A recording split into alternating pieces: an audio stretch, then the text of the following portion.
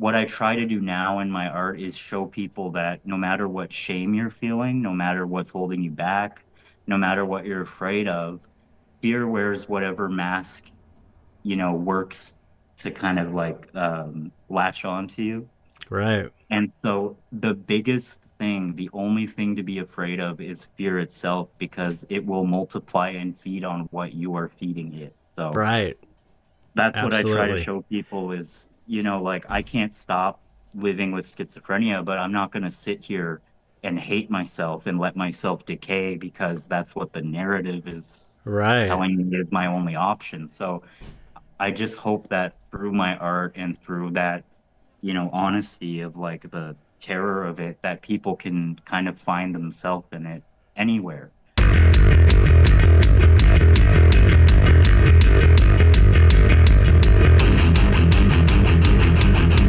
Hey, everybody. Welcome to another episode of the Dark Art Society podcast. I'm your host, Chet once again. And this week, I'm excited to bring you a really great interview, maybe one of the best interviews we've ever had on the podcast. In my mind, at least it felt that way while recording it.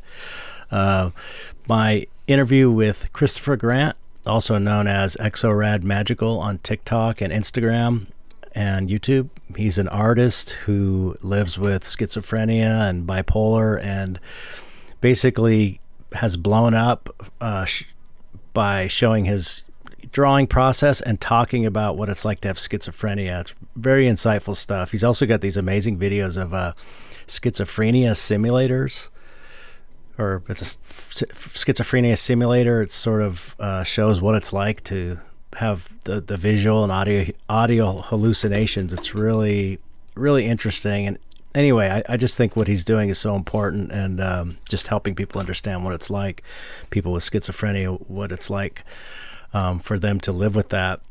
And he was just a great guy. He was just super cool. I really enjoyed talking to him. Very insightful, wise beyond his years. And so I'm excited to bring you this episode. I think it's a really, really great one. Anyway, that's coming up. What's been going on with me? I celebrated Halloween. Didn't do much exciting, really. Passed out candy to the kids, dressed up in the zombie mask I had. Nothing fancy. No, hardly any kids even came around. It was kind of a bummer, but like I always say, Halloween is a state of mind, and it's a all year long thing for me. If you want to support the podcast, you can go to patreon.com/Dark Art Society and join for as little as $1. If you join at the $5 and above level, you can get a 30% discount for a Skull Shop Skull, SkullShoppe.com.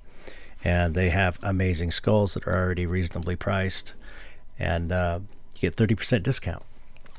And if you want to join, same if you join on the YouTube channel, you get the podcast early. Lots of benefits to that. You can join via YouTube memberships, and you can click below the YouTube video to find those. Any support is welcome, and so I can keep this podcast going. And when you join, you get your name read on the podcast, and I will do that right now. I don't remember if I did these two last time or not. I don't think so, but we have Odd Bill, House Flugelman, Joey Inlow. Thank you, Joey. Thank you, all of you. I know Joey from my other Patreon. He's been really supportive on my personal Patreon, which you can also join at patreon.com/Chetzar and check out everything I'm working on.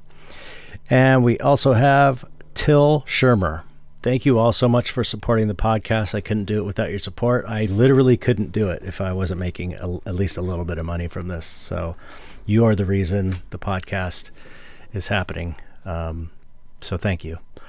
And I think that's it. Why can't I get this? It's been like 6 or 7 years, and I cannot remember if I hit all the points I'm supposed to hit. That's it. Okay, let's get on with it. Here we go. My interview with Christopher Grant, also known as XO Rad Magical. Hope you like it.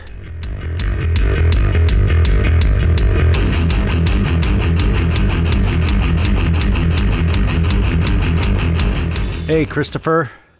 Hi. Is it Chris or Christopher? What's better? What do you prefer? I like being called Christopher. So Okay. Yeah, my friend Christopher Ulrich, who's also an amazing artist, likes Christopher too. He prefers Christopher instead of Yeah. Chris. Man, I really appreciate you coming on. I love your videos. I love your art. I love your attitude. I think what you're doing on social media is so important. You know, it's really kind of important work. Because Oh, well, thank you very much. yeah, I just like to hear, schizophrenia explained from someone who has it in a way that you can understand it. People can understand it. It's way less scary. You know what I mean? And Yeah. I'm sure you deal with that a lot. People being like, "Oh my God." Oh my gosh, yes. Yeah. It's a huge part of my day every day. Are Yeah. you seriously? I get messages on all social media platforms where people are sending me Bible verses Oh my or God. like passages from the Quran. People are telling me I have jinn in me. Oh my People telling me God. I'm a demon, and Oh my I've God. gotten I've gotten used to it, but mainly because when I was a kid, I was obsessed with like horror. So I Hmm. loved like Creep Show, Tales from the Crypt, Oh, Goosebumps. great. And so right even before my diagnosis, I've been dealing with like teachers and like people being like, that's kind of messed up. Like, what are you Right. doing? And I'm Wow. like, I'm just exploring like my darkness. Like I just want to figure it out. So Right. yeah. I was, I've been, I was always into horror. I was always into kind of dark, weird imagery. And luckily my mom was super cool about it and knew that there wasn't anything Yeah. wrong with me. I was just exploring that. And Yeah. I've always just felt, I don't know, that kind of imagery makes me feel good. It's, it might be some weird, non-neurotypical thing to where the wires are crossed, but to me it's like that stuff feels when I see your work or I see anything kind of dark horror related, it makes me feel good inside, right? Because you feel seen.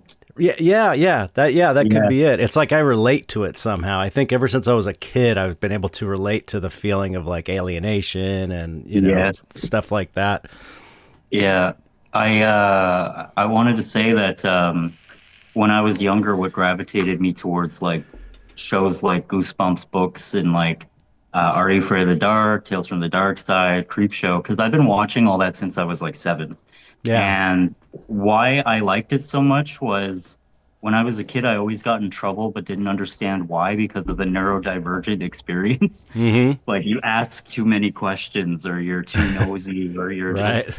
And so I liked seeing storylines where, oh, one sec, my cat's scratching the wall. Yeah, I heard. Hey, hey, it's picking up on the thing, you. That's right. We're a pet friendly podcast. We always have dogs running around in here and Oh, barking okay, and stuff. cool. Yeah. Sorry, I was just worried it was gonna create like a. It's Nah. okay, treasure. It's fine. Yeah, no. We share our pets on the show and everything. It's all good. This is the most low key podcast you'll ever be on. Oh, that makes me feel relaxed. Good. I always have to tell my pets like it's okay. I still love you, even though I told you to get down from there. Right. Like I don't hate you.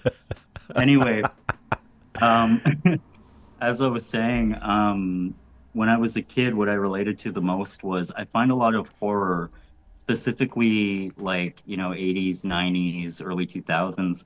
It often explored themes where people are not believed in when they are Mm-hmm. experiencing things that are deeply traumatic or troubling. Yep. And so, like Goosebumps, for instance, it's always the parents are like, oh, there's no problem. And Right. it feels like the adults are against you when you're noticing something vile happening. Right. And I was always inspired by the fact that, like, even though there's something like insane or unexplainable or just a dreadful thing you have to deal with, they still had to, like, get the courage to face it and to move through it. And, when it comes to Tales from the Crypt or Creep Show or those things, it's always a karmic lesson done in a twisted way. Yeah. And you often see innocent people not being punished by a supernatural force, Right. but you see the vile people, the Yes. people with like, greed and like Yep. excess and just, you get to see them get a kind like is it cruel and like messed up? Of course, but I mean that's why stories are so important Right. because the lesson still stands and it's a timeless lesson. So I've always seen horror as like a way to understand myself because Yeah. I always felt like an actual alien walking around Right. everywhere I go. Yeah. Yeah. Yeah. I think most people that listen to the podcast can relate to that. Most of us are horror fans and dark art fans, and it's always been like a special place for us. You know, the us. Hmm. It's like our thing. It's the thing that we have that we can, I don't know, come together around and relate to and feel like we're seen, like we're being seen. You Yep. know, which is why I That's a started the beautiful thing. podcast, really, which is to try and tell people there's a whole art movement that focuses on dark stuff that really is a positive thing, and Yes. it needs to be taken seriously because a lot of kind of mainstream people don't accept it as valid, but I think No, it's because incredibly valid. I think it's valid too. What I noticed with my own TikTok was that, like, first of all, people don't understand, and not just TikTok, like art in general, but Mm-hmm. what people don't understand, and I notice in like comment sections and stuff, is when people see something that is dark art, they instantly equate it to you're showing me something with fangs, so it must be evil. Yeah, And so exactly. they want to back away from it. Right, And what I'm trying to encourage people to do, specifically through my experience with schizophrenia, I felt like I was forced to deal with things that terrified me on a daily right. basis. So what I learned in those years is that it's actually the thing that you're afraid of. It's something deeper than fangs and horns and blood and guts. It's it's something way more vulnerable and intense. And I find a lot of people when they see something like a dark art piece or an abstract piece that kind of makes them view things beyond just surface level, they get uncomfortable and feel like that uncanny valley effect, Mm-hmm.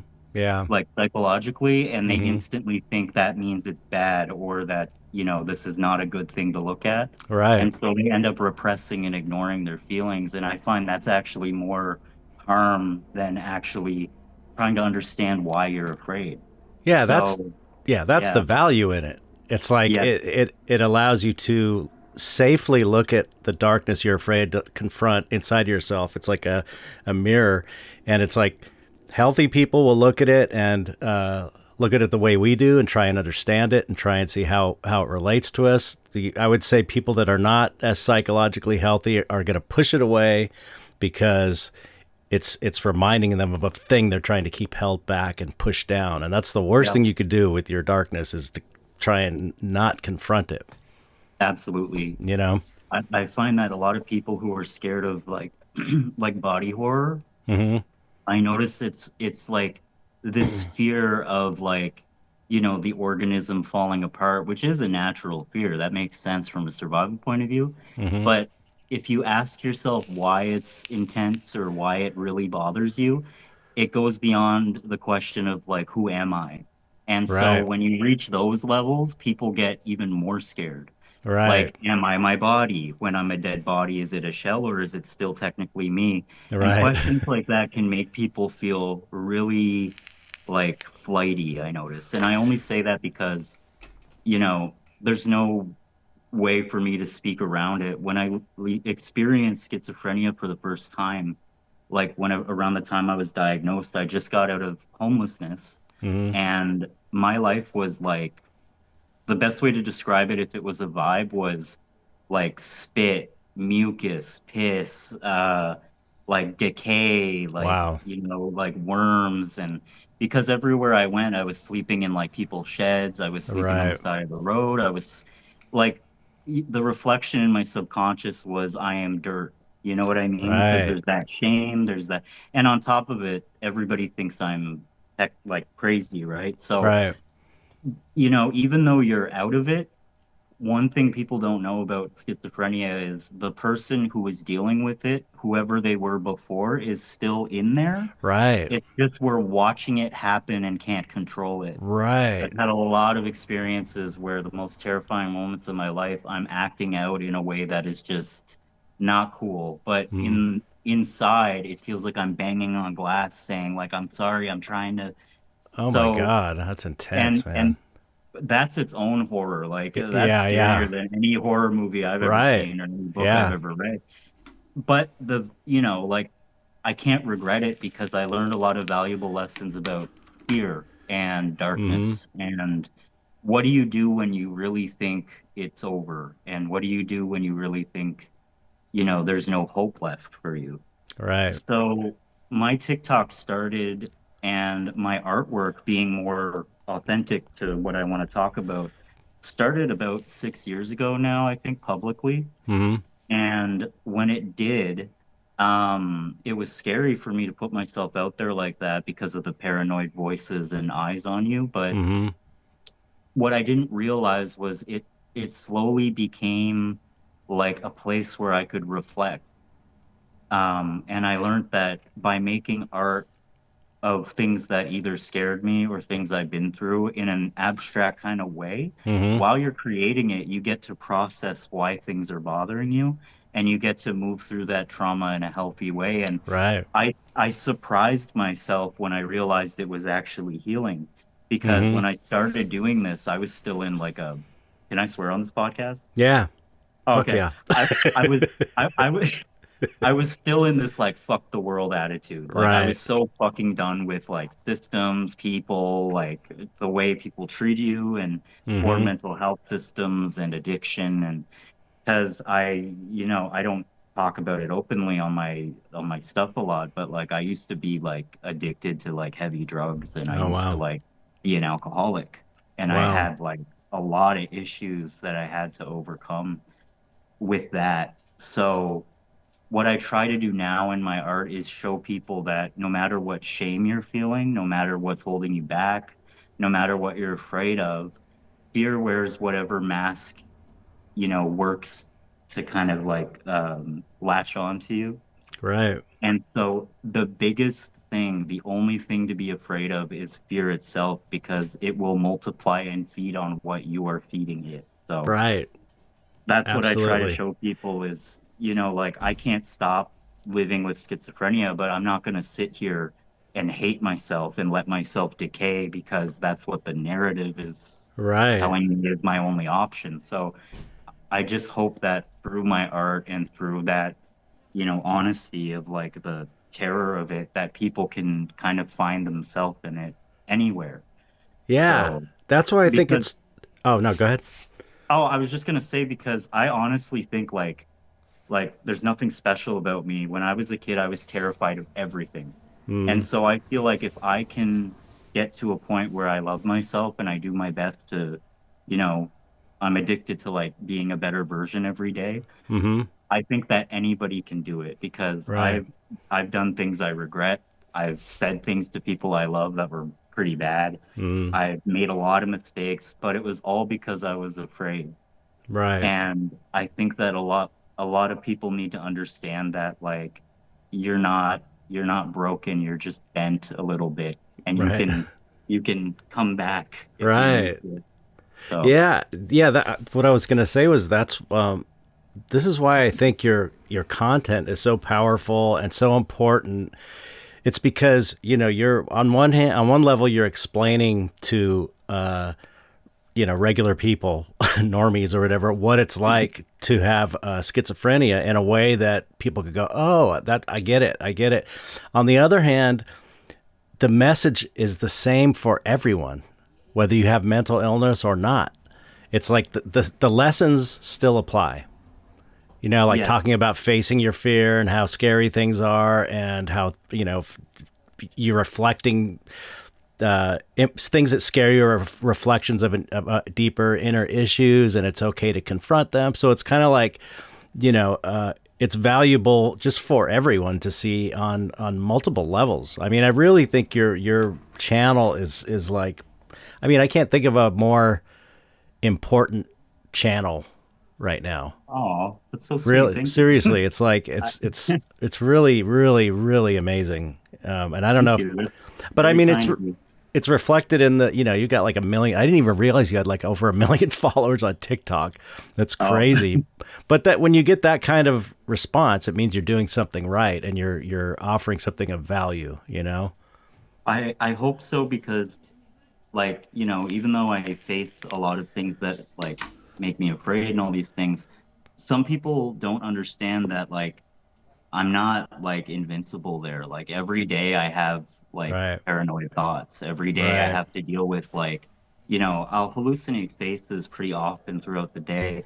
But like I was walking through the woods earlier and I saw like a shadowy figure jumping between the trees, and I had to sit there and tell myself, like, it's okay. Why Right. do I think I'm seeing this? And then I just sat with it for a second, kind of went over why that's appearing in my subconscious, and then I just move on and continue doing my thing. Yeah, Easier that's said than done, yeah, but right. I learned how to do it over the years just out of necessity and survival. Because I can't sit and ruminate all day on the shadow play in my ceiling. Right. Like, Right. yeah. So, Do you know if it seems like you've sort of come up. I mean, I know you take some medication as well. I've heard you say, but you don't take the full blown thing that no, totally. You see a lot of people on meds, and it's like I, it's a lot, and they kind of yeah, feel like it seems like they're not all there, like they're just like in a daze or whatever. But yeah. what I was gonna say was, are these techniques that you came up with yourself, or is this because it's like to me it's like you're you're a person living you didn't make it, you're not free from schizophrenia, but you made it out. Like you looked in the abyss, you went all the way to hell, and you made it out, and you're managing it now. And I've never heard, I've watched some other channels talk about schizophrenia, and I've never heard anybody talk about it the way that you do it. It really seems unique in the way that you're like, the way you address the hallucinations, and you're like, and you stop and you think about them instead of like, you know what I'm saying? That Yeah. seems really unique. And so, is this like, are there like psychiatrists that know this, that this is a technique that they teach people, or? Actually, it's funny because there are a lot of people that I talk to online who they have the same thing as me, which is I say schizophrenia because I'm speaking for an umbrella of people, but I Right. have technically schizoaffective, which is schizophrenia and bipolar mashed together. Oh, okay. So not only am I dealing with hallucinations, but the hallucinations and my behavior is influenced by high peaks and low Oh, lows. okay. Mm-hmm. Because when I was a teenager, I used to get so depressed that like I'd feel nothing, like it was bleak. And then, you know, in my early 20s, I was so manic that I was off the handle and it would come and go in these waves. And so I had to take a mood stabilizer. To this day, I take one called Effexor XR. Mm-hmm. It's also known as venlafaxine, and that's like my miracle medication. Some people think I'm anti-med, and I'm not. Mm-hmm. I'm a believer in integrating whatever little intricate thing you need to continue, Right. creating or living, because I do value my life. So, Yeah. but it wasn't always that way though. But um, when it comes to that like perspective you're talking about, and you say it's unique, I know a lot of people online who live with schizophrenia, and they're similar to me. And I've even had psychiatrists, not directly in my life, psychiatrists, but Mm-hmm. like online message me and say, I'm trying to teach my patient to like deal with their trauma in real time. Because I think the only thing that's unique is how you create a narrative for your life. And I find one of the biggest problems, and no hatred at all to any other schizophrenia creators at all, like it's not like a personal thing, Mm-hmm. but I started to talk more about what I talk about because I find that narrative is, and like how you talk to yourself and how you treat the self stigma is a huge factor in how your life turns out. Right. Because we don't realize it, but we're creating our life with our thoughts and words. And so, Definitely. when I used to have a dialogue inside of I'm a freak, I hate myself, I'm not normal, I can't hold down a job, everything's too crazy, I hate my life. And like my outer world reflected that. Like I Yeah. became homeless, I became like, unhinged. And I have had a lot of tragic moments in my life where like, I've lost friends to suicide in the middle of that kind of a I guess, vibe or frequency that I was living in. And Mm. I've even had like, situations where, I had a great relationship with my mom when I was a kid, but then here she is seeing me at 19 years old, passed out drunk with an entire wine bottle like smashed next to me. And she's just like, "What's Wow. wrong with you?" And, Yeah. snorting pills and all sorts of things. And, um, sorry, I was wondering where I was going with that. That's all right. I do Sometimes that. I get lost yeah. I do that every podcast. It's a running joke. Like at least once every podcast, I forget what my point was. Yeah. But I guess what we were saying was, I was wondering if this technique that you use is like kind of something you invented for yourself. Because I've never heard other Well, people say it, but I mean, I'm not that keyed into it all. right. So it's not entirely my invention. It's a mixture of different things that helped me, and I kind of Frankenstein them together Mm-hmm. into what I do. Mm-hmm. Um, so even though I was going through a lot of really horrific like things, especially around the time I was hospitalized for the first time, and I was dealing with medications that were new and ups and downs, and Mm-hmm. I realized that, the kind of mental health help or what they had available, in my part of Canada, because I live in a very underfunded province, probably one of the poorest provinces in Canada. Oh wow. Their mental health system is not the best, honestly. Wow. And so there's like a wait time, like even if you can afford like top psychiatry, the wait time sometimes is like 2 years. Oh my God. And that's not enough time when Yeah. life is happening and coming at you. So, Right. you know, I did, kind of access some of the free stuff or some of the things that I had like insurance for through my family, but I found that all it did was, expose the nerve, but no one gave me techniques for how to deal with that open wound. Right. And so out of desperation, I went to substance abuse, but through substance abuse, ironically, as soon as I started doing like DMT and like mushrooms and like LSD and stuff, Mm. I started to realize that I actually do love myself. Mm. And, I don't recommend it for people with schizophrenia, but please Right. understand I was in a part of my life where it was either that or I was gonna like, you know, Right. so I was that desperate, honestly. And, I started to kind of look at life through a lens I haven't looked at it through before. And, before my grandfather died, just for context, I'm Indigenous. I'm a Mm. Mi'kmaq person from northeastern Canada. And growing up, we're outside of a community that's like a normal town. But in our community, we're very spiritual from like birth. Like I was Right. raised with the concept of like, like watch the birds that land near you and like look at the trees and like, the forest protects you or it rejects you kind of Right. attitudes. And, there's water spirits and wind Oh spirits. yeah. So Yeah. that I'm wasn't into it. yeah, like that wasn't like a foreign concept, but I rejected it when I was a teenager because I was angsty and I like punk rock. And so Yeah. anything spiritual, I was like, like so, so what ended up happening was my grandfather used to be the chief of our reservation in like the 70s or Oh 80s. wow.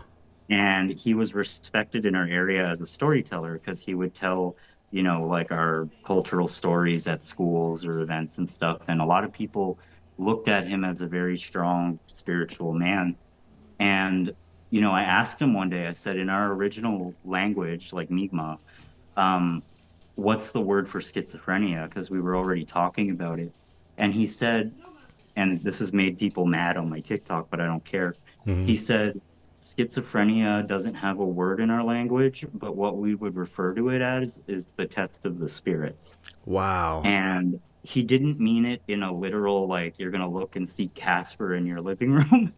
What he meant, what he meant was it's something that you didn't ask for, and there's a lot of things that are going to come from it that you're not prepared for, but you have to believe in yourself and you have to find ways to swim with it or it's going to take you down.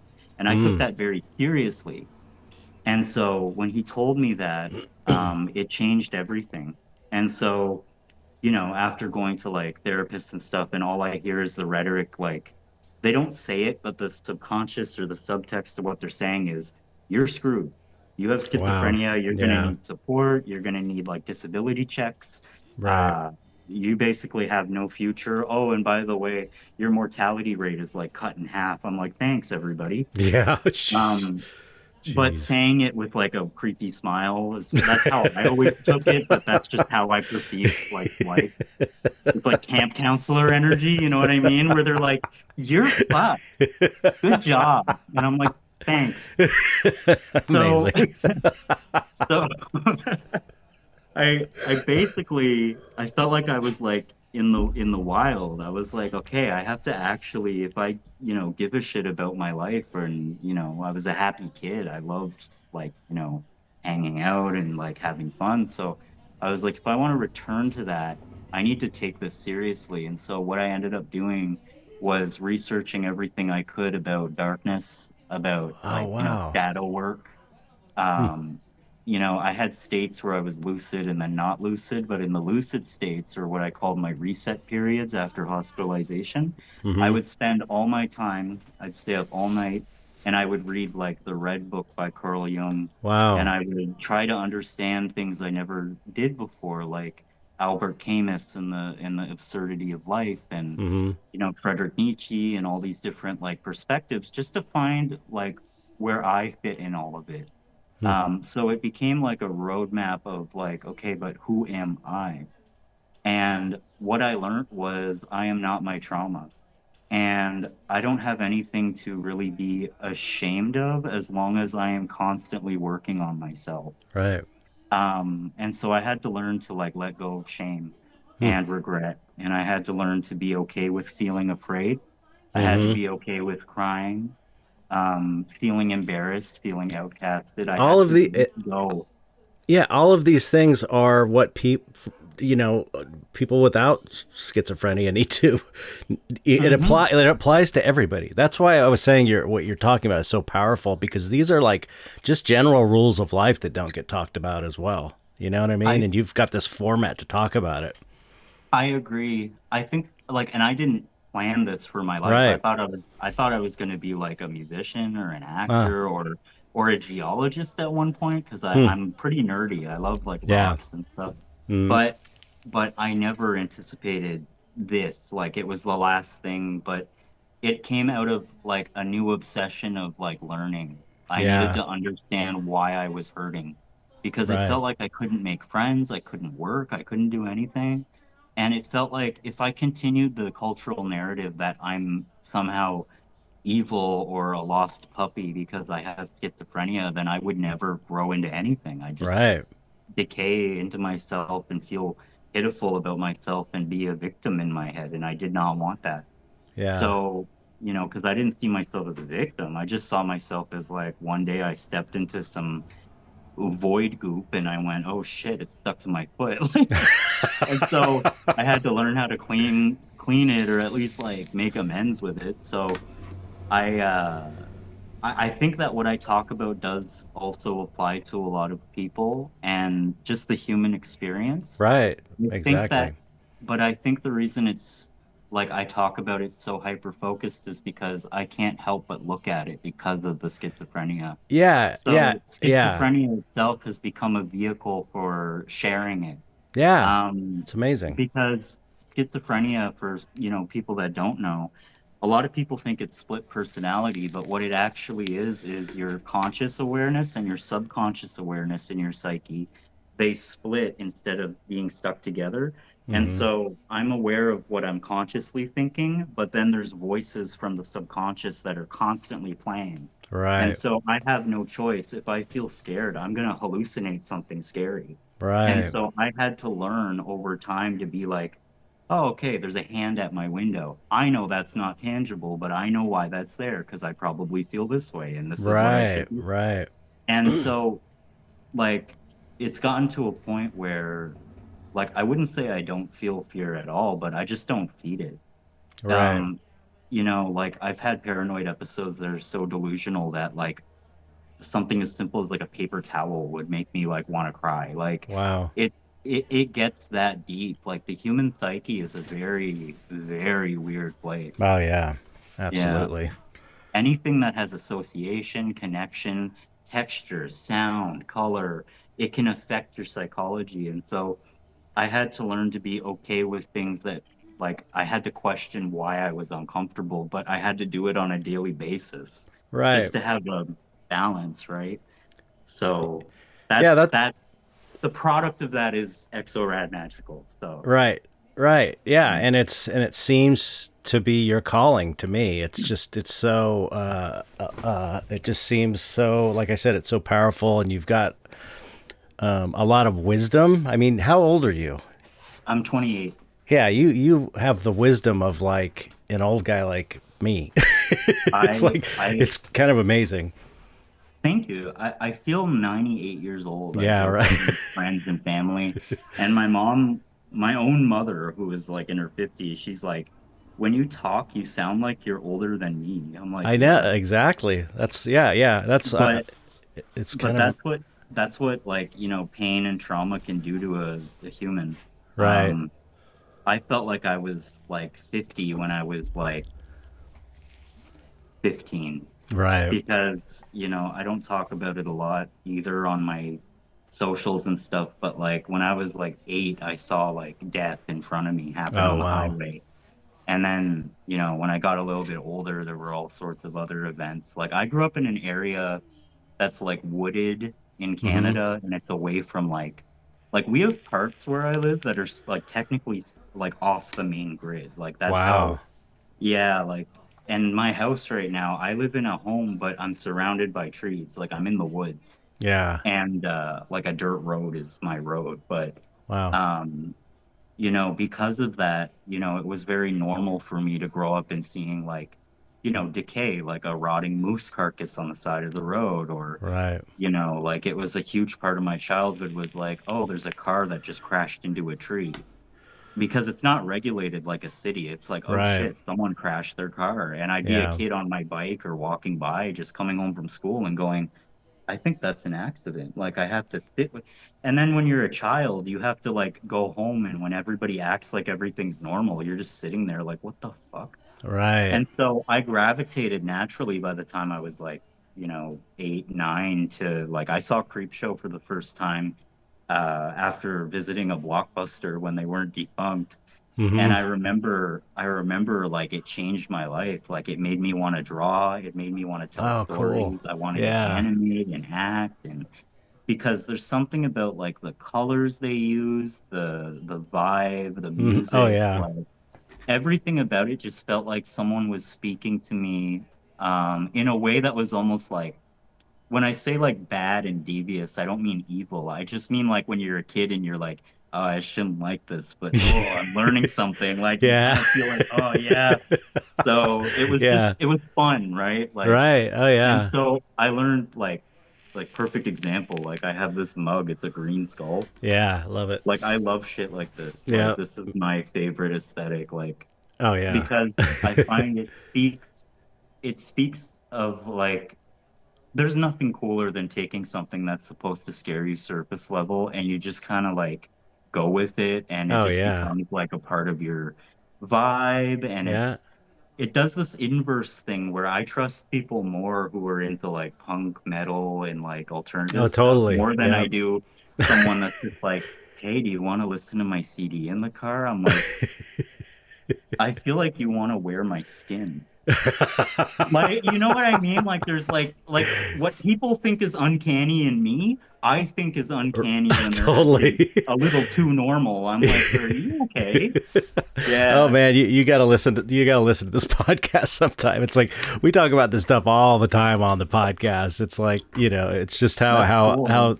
how the the good guys wear black now. It's like it's like Yeah. the good guys are sort of the ones that are into like dark, weird stuff. They're actually the nice people, and then the ones that are presenting themselves as like the nice people are like the worst people. Like the There's people. something so uncanny about It's a them. trip. It's a trip. Yeah. Yeah. Wow. So yeah. Have you been drawing since you're a kid? I mean, have you been always? Were you always an art kid? Um, I grew up in a family of artists where Hmm. both my parents, like my dad was a painter and illustrator Oh, and wow. musician. Well, he was a musician, but he didn't like do anything live, but he was good at guitar and he Hmm. played it a lot when I was growing up. And my mom is a filmmaker and a rapper and an No way. animator. Yeah, and Wow.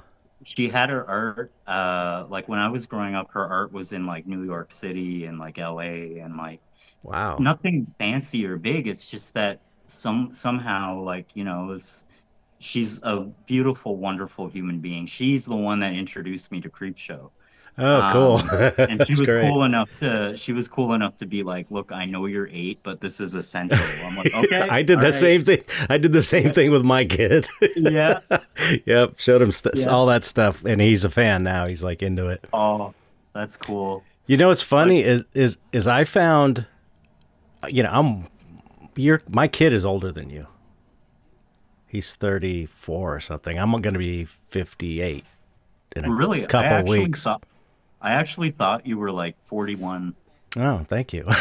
Like truly, I did. I think it's because you have a youthful spirit to you. Yeah, I definitely feel that age. I wish I Yeah. was, but I came up. I mean, of course, I saw Creepshow when it came out in the theater. Wow. Yeah. But originally, even at a younger age, I was influenced by all the EC horror comics from the Yeah. 50s and 60s, which are what influenced Creepshow. And Like so, Vault of Horror and yeah, Vault of Horror, Tales from the Crypt, all that stuff. And yeah. so I kind of, that's part of my journey of into horror was through these horror comics and stuff when I was really young. Because I somehow, Cool. I don't know where I got them. Probably hand me downs from other relatives or something. But yeah, it's funny that we both had these similar tastes, and you got, because you're younger, you got yours through Creepshow, and I got mine from these old comics, and it's like the lineage is the same though. It's just mine goes Yeah. back further because I'm older. but I Yes. but I totally felt the same things you're talking about seeing that stuff. When I first saw, I know I keep talking about Creepshow, but I love It's it. worth talking about. It's great. When I first saw the kid with the abusive like dad in Yeah. Creepshow, and then he like gets back at his dad. Yeah. As a child, I was like, "That's fucking rad." I Like know totally. he didn't take that shit. Like I was like, "Wow." Right. And my relationship with like dark, like the concept of darkness, which a lot of people think means evil, it doesn't. It just means No. what's unseen. Absolutely. Um, I love like my favorite scene in Creepshow is the little kid knowing that like he's safe, but he's looking out the window at the skeletal creep, Yeah. Yes. and the creep is just like, "Hey," Yeah. but he's not the target, it's his dad. So I Right. was Right. like, "Wow, that's really rad." Like that's Totally. brutal. I love like that's so cool. Like It I is. just remember relating to that sentiment as a child. Oh, So yeah. absolutely. Yeah, I love the idea of the little kid being the friend of the monster Yes. instead of being afraid of the monster, and they're kind Yes. of like, "Hey, what's up?" It's like, because that's Well, how I felt when I was drawing monsters when I was a kid. I felt like these were my friends, these yeah. monsters, and it was almost like a way. I went to therapy because I had some issues and stuff in the '90s. I went to therapy, and Mhm. my therapist said she thought that drawing these monsters was a way for me, because I came from kind of a broken home, and there was divorce and fighting and all this stuff around me when I was Yeah. little, and I didn't know what was going on because back in the '70s no one told you shit about what was going on. You just Yeah. dealt with it. And so I was really afraid, and she felt like by drawing these monsters it was a way for me to externalize the fear I was feeling and then feel like some sort of agency over it. Like I can kind of control this on the paper. And that's Yeah. like, and it was like an intuitive psychological coping mechanism, Yes. you know? That's exactly what I learned to do with my hallucinations. Right. Because at first I was terrified and I thought that I was like it was somehow, trying to like attack me, like my mind was trying to kill me. Mm-hmm. But what ended up happening was I started to realize that, you in the same way that you are what you eat kind of mentality, Mm-hmm. you know, the more that I actually like drew what was bothering me and assessed it and made amends with it. It's Yeah, like it's like we all have our demons, right, in us. totally. I met my demon very, very raw and very firsthand, and it was very real for me. But what I learned to do was, even if it was like scary looking and it felt like, all these things that are taboo, I learned how to hug it and said, Right. it's okay. I said, it's okay. Absolutely. I understand why you're decrepit. I get it. Yes. And I I see know. you and I And I acknowledge see you. you and I listen. I know you're there. It's fine. And in a way, it was me comforting the broken child in me from Right. early childhood trauma. I'm not Right. even going to get into the early childhood trauma, but trust Yeah. me, since I was a kid, I did not trust adults. So Wow. Yeah. it the way that when you hug it and you realize you're hugging you, but like a younger, broken version of you, and you get to Right. make amends with that, suddenly you get really protective about your inner child and your Right. inner love. And so that's what happened to me. I had a very intense transformation from bleak and nihilistic to suddenly I really value every moment and I'm Yeah. grateful. Yeah. Like when it's raining and I feel a raindrop on my skin and I watch it absorb in my skin, I'm like, isn't that beautiful? Like, Oh yeah. but before I took it all for granted because I was in pain. So Yeah. Yeah, and yeah, that's most people, I would say, take yeah, everything. Like we're living in this absolute miracle. Like reality is so amazing, and it's like it just it takes a different shift of consciousness to sit and realize how, you know, how everything is so beautiful. yes, It's incredible, and if you and it's like people, like you said, people are in pain and they're kind of in their own heads, and they yeah, don't stop and smell the roses. They don't stop and just look around. It's like, oh shit, I'm already in. You're praying for a miracle, but it's like you're in the miracle. yes. You're a And miracle. you there's know, beauty everywhere you look and Abs- everywhere you experience. I mean, like, absolutely. some people laugh at me for this, but I spent one night in my most painful era of my life. One night I started crying because of how beautiful the reflection on a bottle cap was in a basement. Oh yeah, Because I totally get that. I was in a low place, but all I could focus on was look at the shape of that and everything. Why is that there? That is so Right, beautiful. Like right. that it's just that it's that. Like But that all and these that is little that's the sane thing. That's the sane thing. Everyone I agree. should. I mean, that's the goal to get to. Is like if you can recognize the beauty in every little thing. That's truth. That's reality. That's Yeah. actual reality. Yes. You know. And I I honestly like, I love my mom.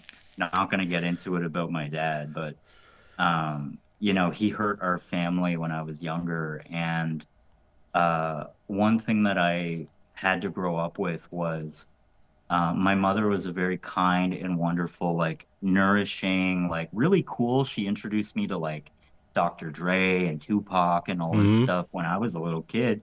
And she introduced me to things like Smashing Pumpkins and like, um, oh, my favorite is Faith No More. I love Mike Oh yeah. Patton and They're like great. Yeah. Mike Patton's a genius. Mr. Bungle is like that It's sounds insane. like in my head when yeah. I'm happy. That And music is unbelievable. oh yeah, and just like I'm so grateful for the fact that she's always been unconditionally loving and understanding.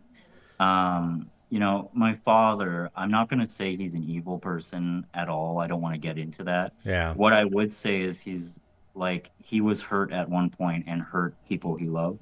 Yeah. Um, but when I was growing up, it was very hard to live with that kind of thing because he was the force in my life that was like anytime I was authentic or doing anything that I loved, he was like, that looks like, why are you doing that? Like, Ah, that's a that's so shame. weird. That's a shame. That's not normal or whatever. And That's too bad. again, like, I'm not Luckily, you trying to had your mom. well, I'm not trying to vilify him because, people can change if they want to, but Hmm. and I don't want to be like, I'm not smearing anyone. I'm just Yeah. saying Yeah. that growing up as a child, that's how I felt. I felt restricted with his rules, but my mom showed me there's always another way. And through that experience, it just kind of like reflected everything that, matters to me and what I've learned about, pain and just like being okay with and grateful with things. Yeah. Um, I think that the most important lesson that pain taught me was that no matter what you go through, you always have an opportunity and you always have a reset period to make a choice. Mm-hmm. And if you're going to make a choice that ripples out and doesn't just help you, but helps the people you love. Yeah. I think the most loving thing I can do with all the things I've been through and trauma is just to be open. Oh yeah, yeah, Um, yeah. You're doing. I mean, I fully believe. I can't say what's true for you, but from my perspective, you are uh, you're living your true will. You know, you're following your your purpose. It seems to me because it's just so, like I said, it's so powerful and so important that like it's you're kind of really, like a person that has gone. To me, you seem like a person who's gone through. I mean, I don't see you as like a schizophrenic guy. I see you as a person who has gone thank you. through the abyss and has kind of been reborn spiritually. That's how it seems Yeah, to me because you and now you have all this absolutely. wisdom. It's kind of like this took the shamanic journey to the underworld, Yeah, brought back all the wisdom to share with the tribe. You know? yes. I see it that way only because I think I heard it from Terrence McKenna because I used to listen to him. Yeah, me too. And in one of his interviews, he said it's the job of the person who goes on an intense journey to come Totally, back, and it's almost like a duty to share what you've learned. Because definitely. not everyone gets that experience and Right, not everybody makes it back. And I know that right. for sure because holy frig, like it gets dark when you really are living through like a hell. Yeah, I can't even imagine. It's like I have memories that I don't even like when I think back to them, I can't believe that was my life. Wow. Yeah. And I just kind of think to myself, like, I'm just so grateful that I'm here. I never thought Yeah. I'd have a home, for instance. Like, what? Wow. Like, like when I was 20, I was convinced I was gonna die in a gutter. Like, Oh it my wasn't. God. Yeah, so because I used to wake up with like insects and spiders crawling on me and Holy stuff, and shit. That's crazy, like man. waking up in piles of my own puke and blood, and Ugh. just, and so, you know, I really took the live fast, die young attitude seriously. Yeah.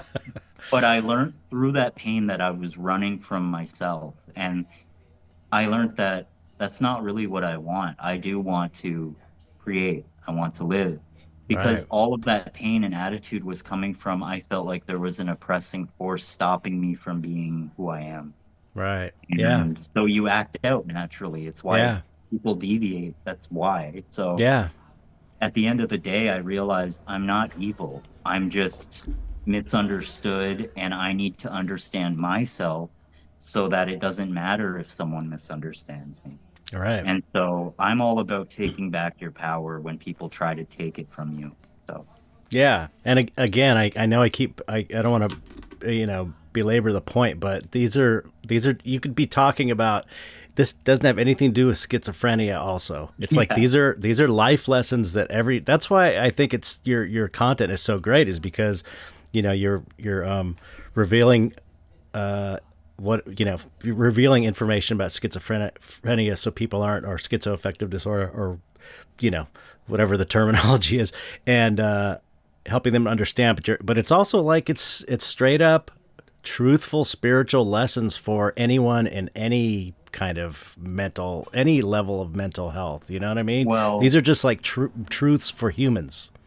You know? well, to me, neurodivergency isn't mental illness, but you can become mentally ill because of your neurodivergency. Okay. So I find a lot of people don't understand that. Like I live with schizophrenia, but I love my life feels like a lot of people think it's a paradox, but it's not to me. Hmm. Because I was technically mentally unwell when it started, and it wasn't so much the schizophrenia's fault. It was the fact that I didn't know how to operate with it. Ah. Oh yeah. That's And so so interesting. and so I stopped seeing myself as broken and I started seeing myself as if I'm going to die with schizophrenia, how can I live my life to the fullest with what is limiting me or makes me feel limited? How Right. can I live a full, happy life regardless? So I believe in taking the lemons that life gets you or gives you and trying to make lemonade from it because if I just sat still and didn't went with what I thought was supposed to be, I'd probably not even be here right now, just from Right. the Oh, yeah. overwhelming stress of it all. So out of necessity, I think, yes, I talk about schizophrenia, and that's a main talking point because I think it's important that people with schizophrenia know that they're not something that they shouldn't be ashamed for things they can't control, Absolutely. because we're all human beings. And I really appreciate that you recognize and see me as a human being first, Yeah. because everybody gets stuck on the label and Yeah. they see Right. me as some people talk to me like I'm subhuman. So It's thank you so. for talking to me like at level. Thank you. Well, of course, but I mean, it just I don't understand how people can watch your content and not change their perspective, because it seems just so clear to me that, like, oh, like for me it was I don't know, like a light bulb went off over my head. Like, I understand that. I understand what he's saying. This makes No. total sense. And it was like, I've had when I was younger, I had a period of psychedelic use, and I had these real kind of major spiritual revelations and hallucinations and all that stuff. And a lot of your content, I was like, yeah, I totally get that, because I've sort of hallucinated like this. And even talk the way you do the voices, how the muttering voices in some of your videos. It's like, I've heard that before when I push myself too far, when I was working like 20 hours a day for a month. It's like at the top of your head, you can hear like a singing that doesn't stop. It's like Totally. I, yeah. But I've had that when I'd over exhaust myself, and I'd finally go to sleep, and I was just pushing way too hard to an unhealthy level. I would lay down and I would hear all these voices, all like a huge, like endless voices going on forever, and I couldn't tell what one of them were saying. It was just so many voices. And when I saw your video, it's like, oh, I bet you I got a little taste of that in that weird Yes. state I was in, you It's know?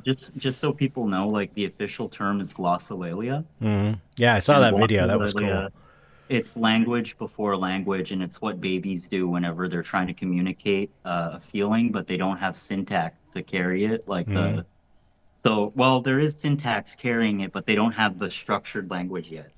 But it doesn't mean it's nothing. It just means that Right. it's an expression of a mouth sound of an authentic feeling. And I find that the voices in my head, I don't see them as real in the sense of tangible, but I will take them seriously and observe, because I know that it's a psychological reflection of what I'm going through. Right. So, it does influence my mood. I can't just say, oh, not real, bye, Right. because Right. that's not good enough. I need to, as a person who I'm naturally very academic, I'm very studious. I like to understand what is going on in my immediate Mm. life. I can't dismiss something that is so blatantly there. Right. So Yeah. Yeah. I had to learn to, not absorb everything I hear and take it as my identity, but I had to sit and kind of like pan out what I was hearing and go, okay, I hear this side, but I, as Christopher, am going to make a decision to do this. Right.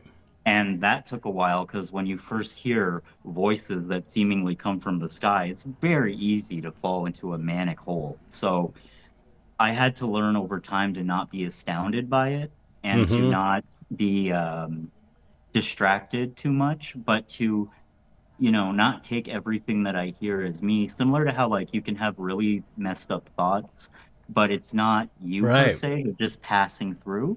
Yeah. You are your actions and what you put into the Totally. world. That's who Yeah. you are. So when I realized that, I was like, I'm going to make better decisions. I'm going to make my family, not afraid that I'm going to like die young.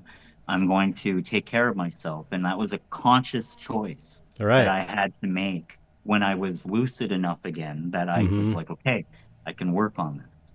Now, some people, like, I do get criticisms where some people think that I woke up one day and I'm like, all right, hallucinations, cool. That's not what's going on.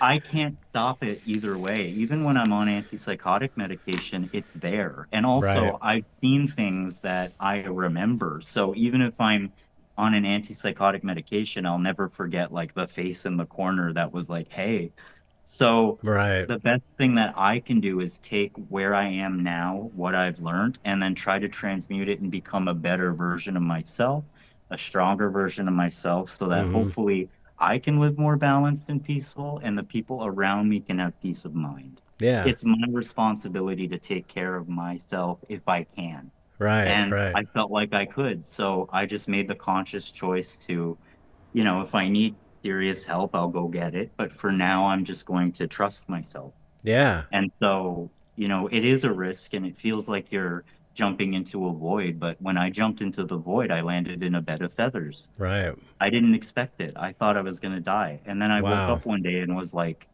you know what? I actually really like life. I want to Wow. stay. So, It's amazing.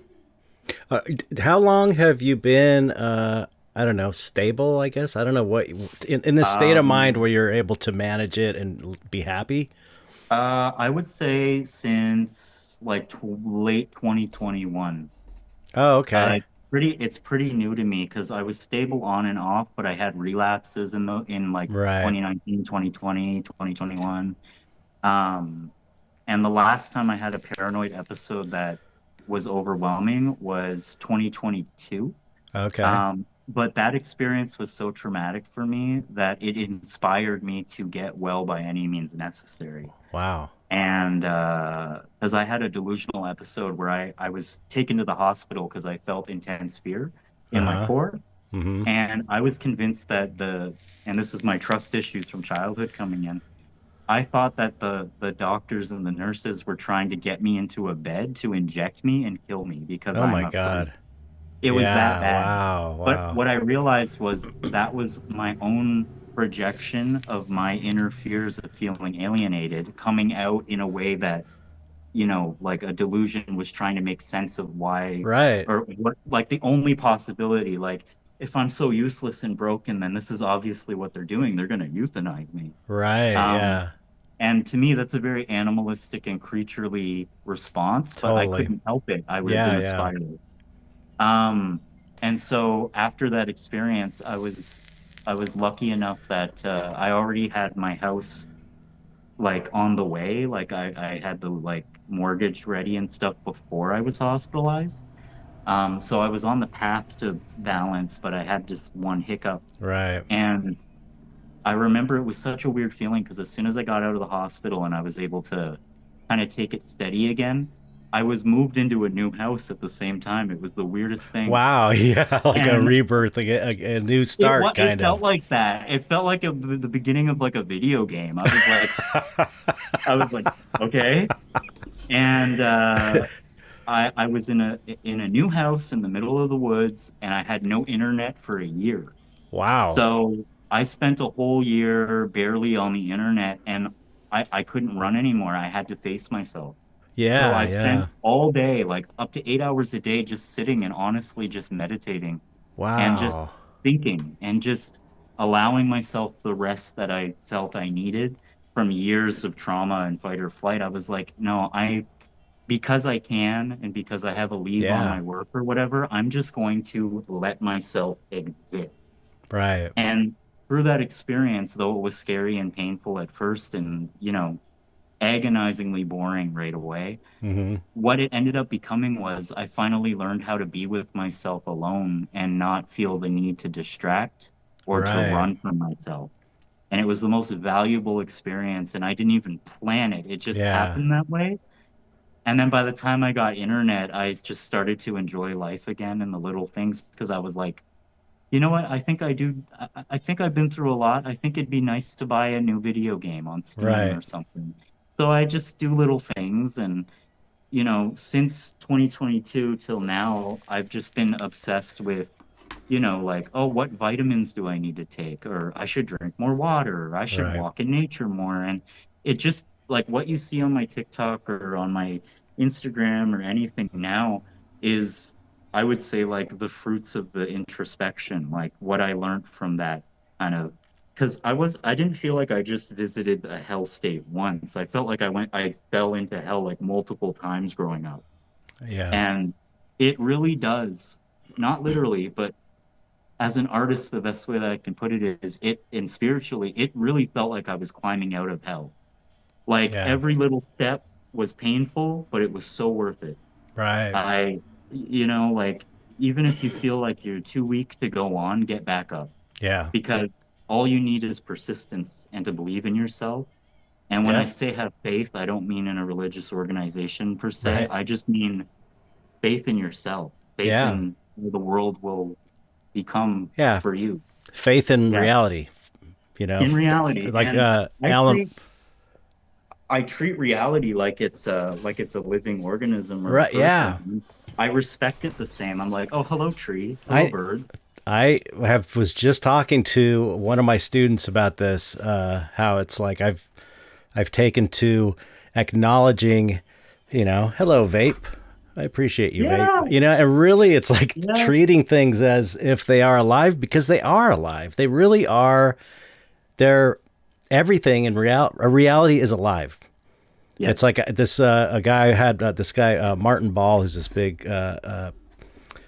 5-MeO DMT researcher, and he used to be a practitioner to help people process energetic trauma through 5-MeO DMT sessions, like shamanic kind of stuff. Hmm. He described reality as a fractal energy being. Yeah, And I was like, that's a good description of reality, yeah, a conscious fractal energy being, you yeah. know? And when things happen to you, it's not personal per se. No, no. It's just do what the fractal does, figure out a new pattern and keep Mhm. moving. Yeah, Absolutely. Yeah, yeah. uh yeah, it's amazing. It's amazing. You're not, you're kind of like an archetypal person who has gone through a mystical initiation I and come out the other relate, side and became enlightened, basically. That's what it seems like. I suppose, I relate to more than any character. I relate to I forget his name because it's been a while, but the main character in the Never-Ending Story, I Oh yeah. relate the most to him um, because I felt like I was thrown into a world where everything didn't make sense and was very shadowy. And I Mhm. had to believe and trust in myself despite what I was scared of or didn't understand. Right. Because to this day, I still feel like I'm a 10-year-old kid in my body. Like I'm just endlessly curious. I'm always fascinated with like, knowledge and fun and I'm just forever curious and forever just Mhm. like happy to be here. But Yeah, me too, man. it wasn't always that way though, and I'm sure you understand that. Like there were times in my life where, I didn't want the blinds open. I didn't want Right. light to hit my skin. I didn't want like, oh, a bird flew by me. Who gives a shit? It's just a bird. Like I've Right. been like that. Yeah, And yeah. once you've been like that, you feel this sense of, I don't know if you've had it this intense. Maybe it's a schizophrenia thing, but I've had times where I've like cried in the forest because I'm just like, I'm so sorry that for years I didn't like Yeah. acknowledge Yeah. what you are. I've had that for Um, sure. Or yeah, I've cried at the beauty of the tree in my backyard. Like yeah, I just can't believe. I mean, it makes me feel emotional now thinking about it. It's like it's so just trees are thank you. so fucking incredible.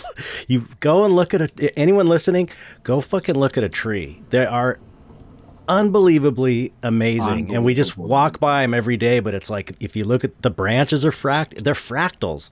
They come out of the Hmm. ground, they branch off, the branches branch off, the little branches have leaves on them. It's like this beautiful fractal sculpture, and And they they're communicate alive. with each other too. Totally, they communicate with each other and they're alive. It's just so unbelievable. And Yeah, I think that I studied like Eastern philosophy and meditation, all this stuff ever since I was a little kid. And I was yeah. always interested in spirituality and stuff. And the concept of enlightenment.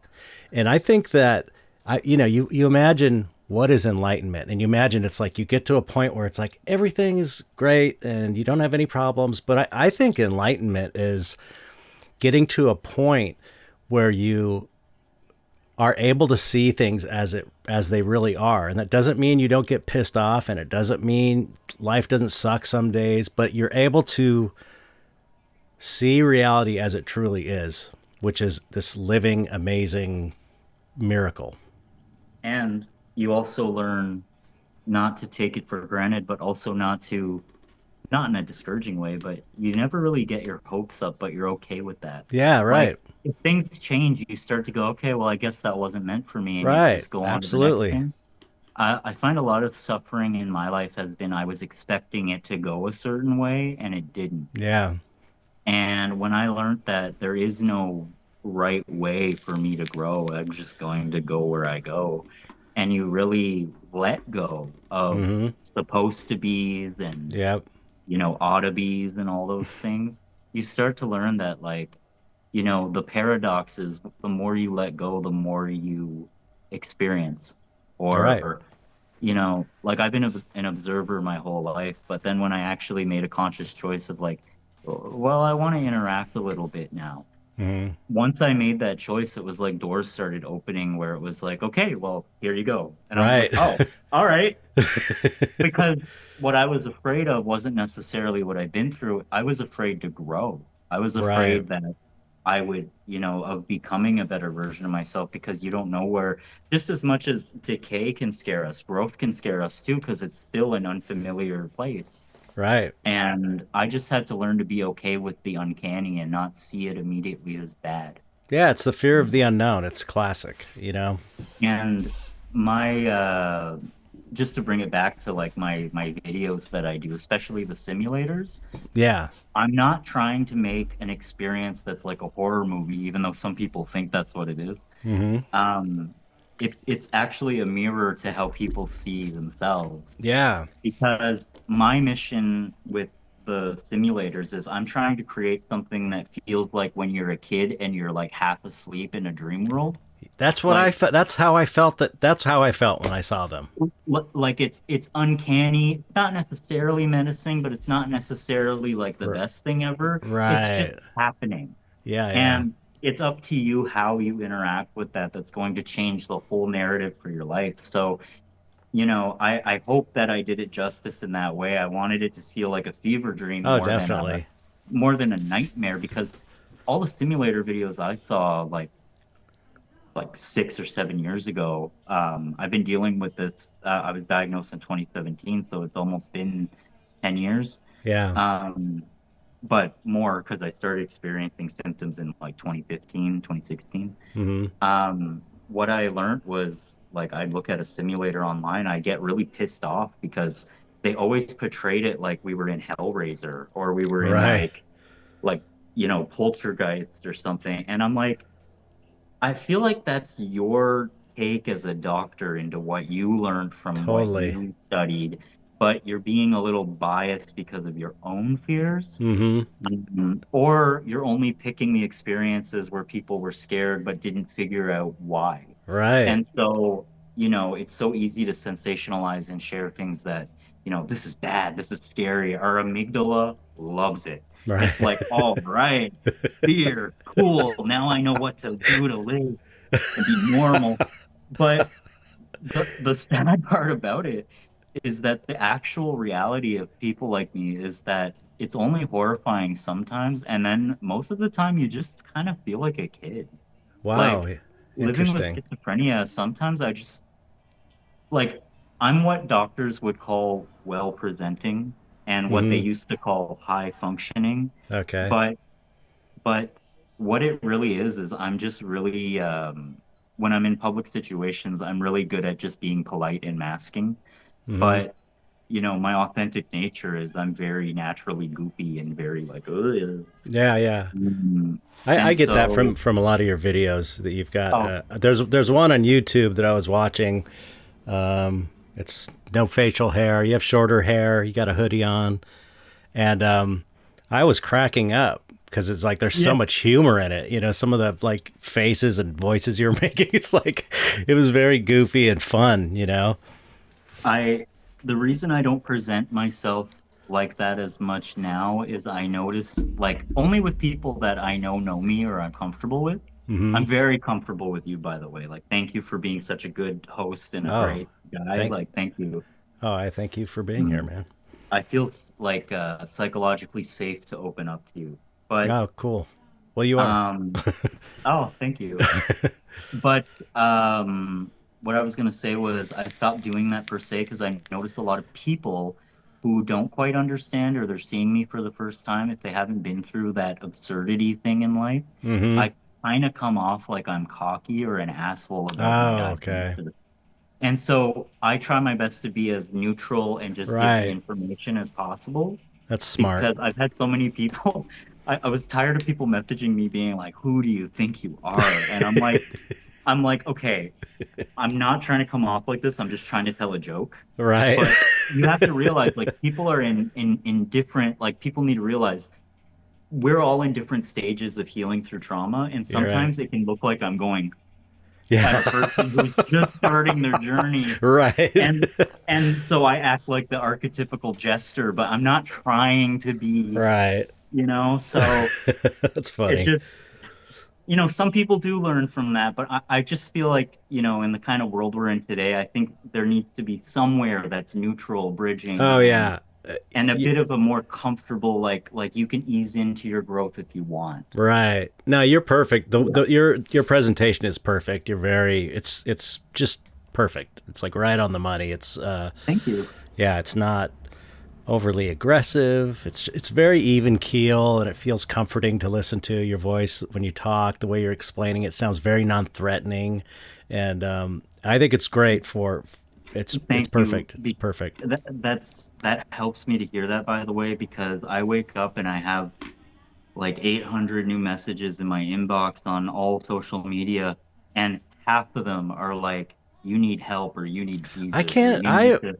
I can't believe that. I mean, I believe it, but I just am kind of shocked that there's what the fuck Oh, is wrong with these people? and since I started talking about this stuff, I've gotten like death threats. People said if they see me on the street, they're gonna beat me up, and like Why? I don't understand it. I don't because understand that. because people think that I am allowing evil to control me. Yeah. I guess a lot of it Yeah. is kind of like fundamentalist religious people, I And imagine. I'm like, exactly. And I'm just like, huh, very interesting. I didn't realize that I was, a movie theater screen because you're doing a really good job at projecting onto me. Totally. Like, I'm not IMAX here. Like, get away from me. Like, Yeah. and so, How do you I think it's, how do you handle that? This if you're getting a bunch of messages like that, that's got to be triggering, no? Or oh stressful? yeah, oh yeah. At So, first, at first, it actually was so maddening. I had to take like a year break from like making consistent videos I can because imagine. it was so bad for my mental health, and I wasn't mentally or emotionally mature enough to honestly handle that. Hmm. And what ended up happening was I just started realizing I don't give a shit. like Good. yes, I care. If I read comments that are negative now, of course it's going to hurt me on some level, but you know when it comes to like how it will affect who I see myself as, or who I am, or like what I care about, it can't budget because I already know who I am. I know what I went Right. through. I know what I used to be ashamed of. I know what I don't want to be. And I know when someone is projecting onto me now. And it's gotten to a point where when I see someone starting, the only response I have is I just kind of smirk and I'm like, oh, another one. Like, Yeah. it's annoying, but it doesn't take me down anymore. Like Good. now I just see it and I go, oh, for fuck's sakes. And I just keep Yeah, moving yeah. on. I imagine you're getting more positives than negatives though, right? Maybe. I mean, we It's live just in a so world where obvious to people, me. It's just so obvious. It's like it's so good immediate. It's like there was never a question that I was just astonished from the first video. I'm like, this is so amazing. This is so great. And I can't imagine anybody thinking differently about it. It's so weird. well, you're very kind and I really appreciate that you exist. Thank you. But No but problem. believe me when I say there are like thousands of people who to this day they still comment or message. Like they describe me in the most dehumanizing way. Right. I've had uh I've had people say like I should be put down. Jesus. I've had people say like, can you please lock him up so that we don't have to deal with this in the world? And I'm Now like, those are the scary people. I know, and I You are said not the that in scary people. response. They are the scary people. They're the ones to I be said, afraid hey, of. hey, I might see monsters in my head every now and then, but you're the actual monster in the Right, you're physical world. You're the phys- tangible fucking thing. totally, Yeah, yeah. totally. No, that's been my whole point for a long time. Like, Yeah. I've had like, when I was in grade five, around the time that I was into like creep show and stuff very full force, I actually had this teacher who was, as I grew up, I realized she was abusive to me Wow. because I don't know what her problem was to this day, but she used to keep me in at every recess, Oh my constantly God. lied about me to my parents, saying like, he's a bad kid, he's acting up. I don't know what I did. Maybe it was because I was native. I don't know why, Right. but she just did not like me, and she even like ripped up homework in front of me and was like, "Do it again." Oh my And I was God. like, holy shit. And she used to like point me out the window, and I would see my friends playing on the playground. And she literally put her fucking creepy hands on my shoulders and was like, all your friends are playing because they're good kids. Oh You're a my bad God. kid, so you can't play. And that Horrible. started my whole fucking anger at authority, but I'm not even gonna go Yeah. down. But Damn. I learned at a very young age that the monsters weren't what I was seeing in the shows or the screen. It was people abusing power. It Yep. was people, just for the hell of it, it seems like they just want to be cruel. Like, Right. no reason. Just, oh, Yeah. hey, you know. Yeah. And so I learned from a very young age what a monster is. Yeah. So, What a real yeah. monster is. Yeah. And that's why Tales from the Crypt especially makes me feel seen. I love the karmic stories. I Oh love it. yeah, yeah, I yeah. That look was for it. Yeah. totally. That was all those old comics were like. That was the format. It was like the bad guy always got it in a really brutal way, and it was like there was vengeance was always served, and justice was always served. I should Justice. say, you know. Yes, because it was like the natural rebalancing of such a corrupt act, right? Right, So right, right. it felt like cathartic to read. Mm-hmm. And who Totally. feels that more than when you're a kid and you're just Oh trying to yeah, figure out the world? I mean, everything feels unfair. yeah. And you're So, powerless. You know, it's and you're it's powerless. And I also like that in those old DC comics, the people who were innocent, if they did get hurt or die, it wasn't at the hand of the main monster usually. right. It was at the hand of the vile people, Yeah, but then exactly. they got punished by the supernatural Yeah. force.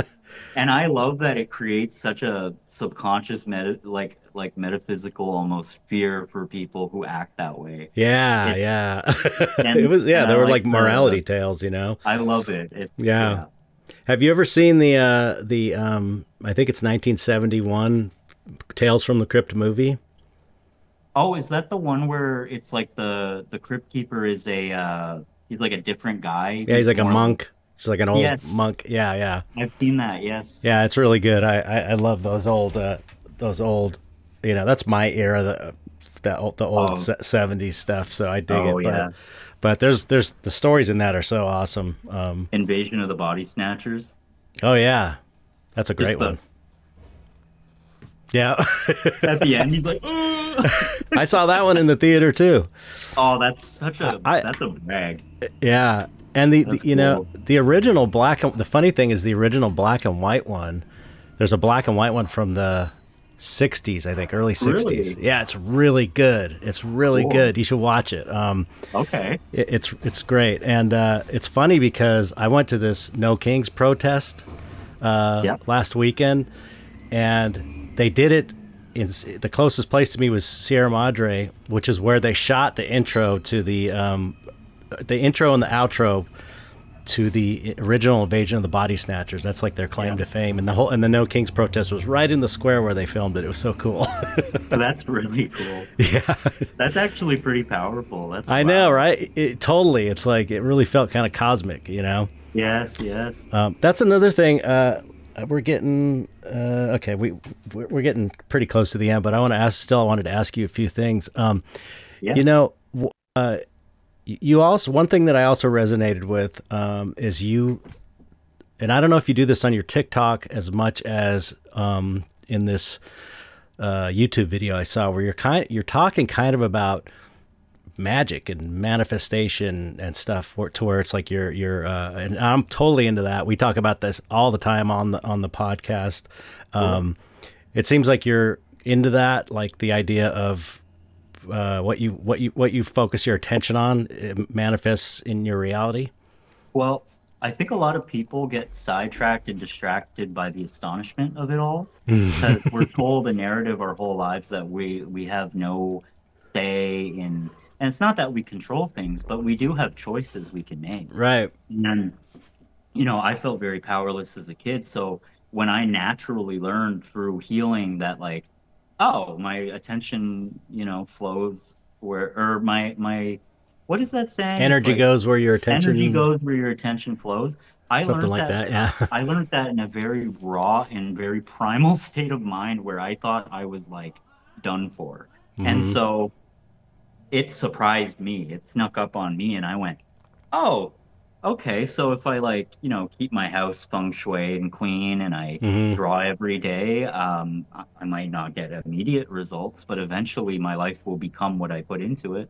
Right. I find a lot of people get distracted with, and my grandfather taught me this too. He said like some people get so into mysticism that they start like collecting like symbols and sigils and all Yeah. these different meanings, Yeah. And they but miss they the lose track.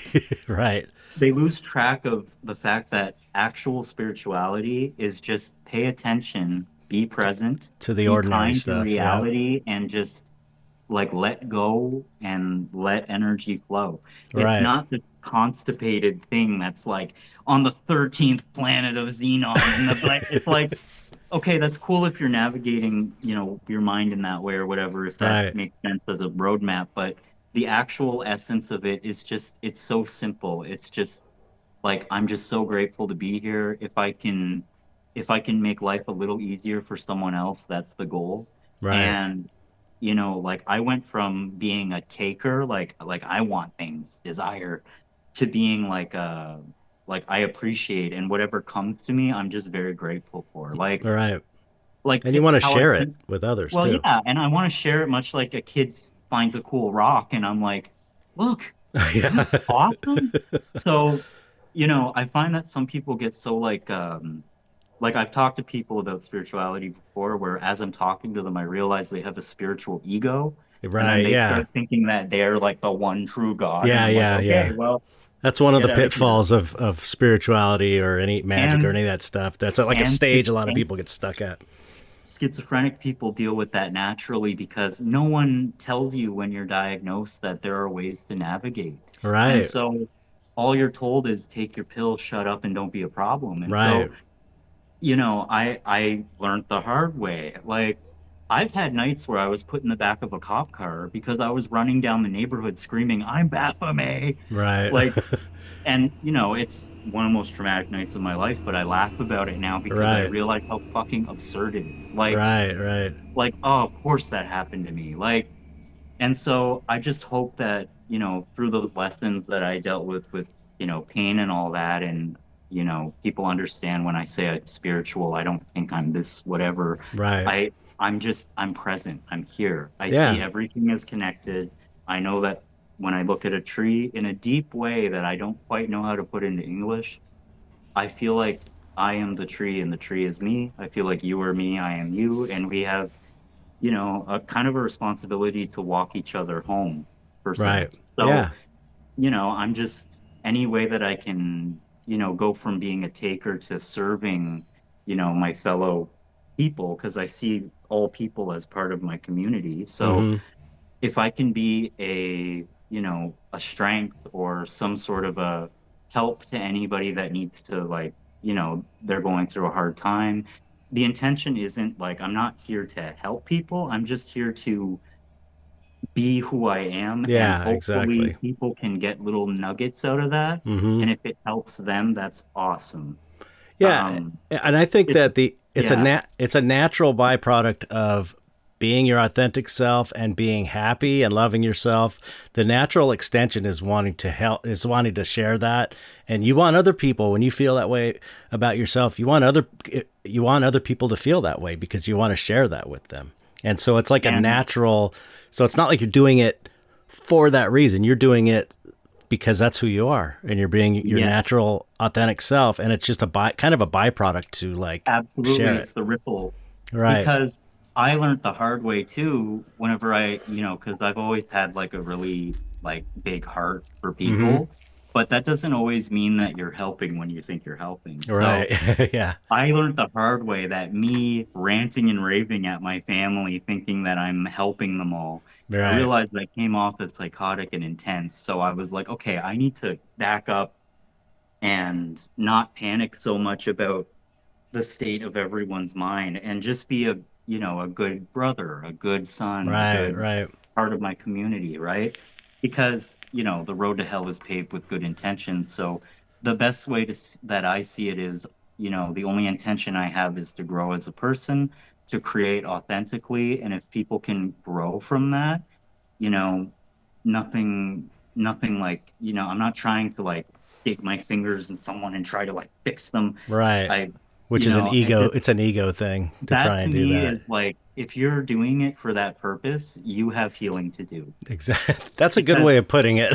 well, it's another version of I'm scared that I'm out of control, so I R- have to help people think totally, like me. man. I don't care if people see the world how I see the world. I just want people to get home safe. I want people to eat. Right. I want people to create more art. Like that's the point. Yep. So I'm here for connection and growth. That's all I care about. Like I just want everyone to be okay. Yeah. So Yeah. because I've seen too many people fight with each other. I've fought with people. I've gotten into so after all that, you just don't want that to continue in your continuum. So Right. it's just, if my stuff helps, then thank you for your kind words about like how, you watched my video and you understood what I was saying and you resonated with it. That inspires me to keep going. So thank Oh you. yeah. Because Please do. I really think you're doing something important, and it's like I don't not everybody.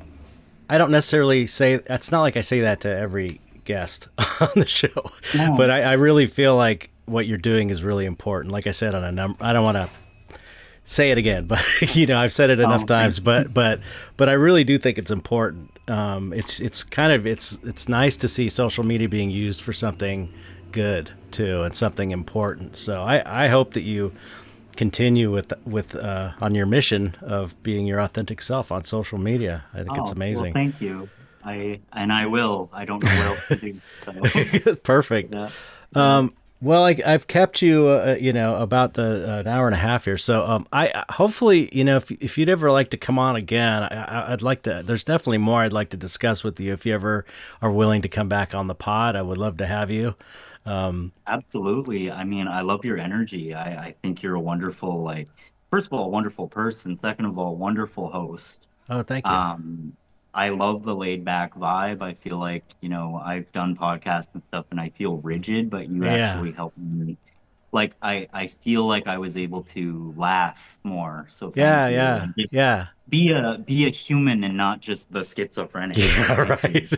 Thank Yeah, you. of course. I appreciate you taking the time to come on and share with the audience. I know people are going to love this episode. But yeah, I would love to have you on again because I wanted to talk you some about your just art stuff. You know what I mean? Which maybe next part, maybe in part two, we could just focus more on your art because I really dig your art. There's a real Okay. it's That sounds I just great. think Yeah, yeah. it's fun. Your art, it's I think it's fun, and I enjoy watching it created. There's like a purity to it, and I just dig the kind of black and white. Oh, I love it. thank you. I'm a pen. I don't do a lot of pen and ink anymore, but I'm really a big pen and ink guy. So yeah, next If time you we'll talk about that. if you ever do any new pen and ink drawings, please send them my way. I'd love to see that. Oh yeah, for sure. Yeah, Yeah. I do them now and again. I owe You you one. I'll do one. you paint too, eh? Yeah. I'm an oil painter mostly. You can see. I I can't love really see.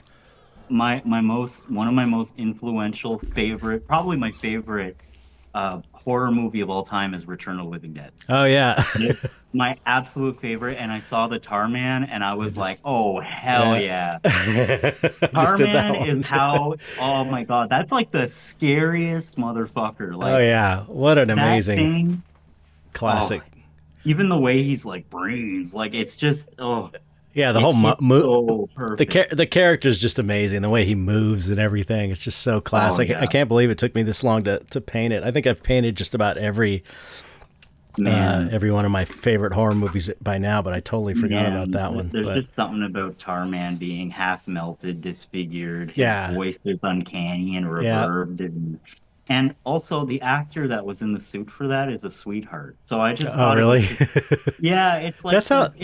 it's so cool. Yeah, Like that's how it usually is, though. Because I used to work in effects, in the makeup effects I saw that. film business, and it's like most of the people, and this is true. We discovered through I mean, this podcast has been going on for like 6 or 7 years now, maybe. But Wow. one thing I've discovered is the dark art people are the nicest. The dark art, the metal people, the punk rockers. It's like these are the nicest people. They're so kind hearted. And I bring this up on the podcast a lot. It's like kind of almost like a cliche at this point, but it's like they're the nicest people. They all are Well, animal lovers.